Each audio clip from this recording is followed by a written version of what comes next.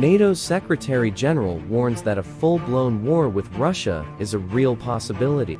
NATO's Secretary General warned on Friday that Russia's war in Ukraine could expand into a wider war with the Atlantic Alliance. The official, Jens Stoltenberg, repeatedly cautioned in news media interviews this week against underestimating the situation in Ukraine and emphasized the wider threat President Vladimir V. Putin of Russia could pose to Europe. If things go wrong, they can go horribly wrong, Mr. Stoltenberg said in an interview released on Friday with the Norwegian journalist Anne Lindmo, in which he added that there was no doubt a full-blown war against NATO was a real possibility. I understand everyone who is tired of supporting Ukraine. I understand everyone who thinks that food prices and the electricity bills are far too high, he said. But we have to pay a much higher price if our freedom and peace are threatened through Putin winning in Ukraine.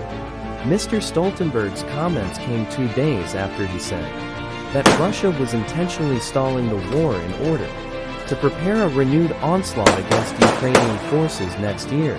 What we see now is that Russia is actually attempting to have some kind of freeze of this war, at least for a short period of time, so they can regroup, repair, recover, and then try to launch a bigger offensive next spring, he told the Financial Times on Wednesday.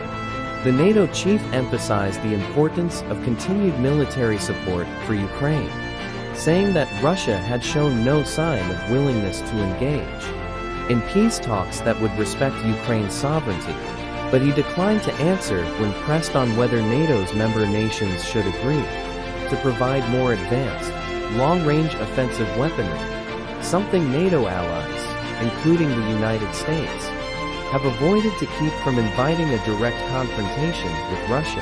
The U.S. State Department reiterated after drone strikes hit Russian military bases this week that it was neither enabling nor encouraging Ukraine to strike beyond its borders. The Pentagon has continued providing other forms of security assistance to Kyiv, and on Friday announced a new aid package valued at up to $275 million that includes additional HIMARS, ammunition, air defense equipment, and approximately 150 generators for Ukraine's worsening winter.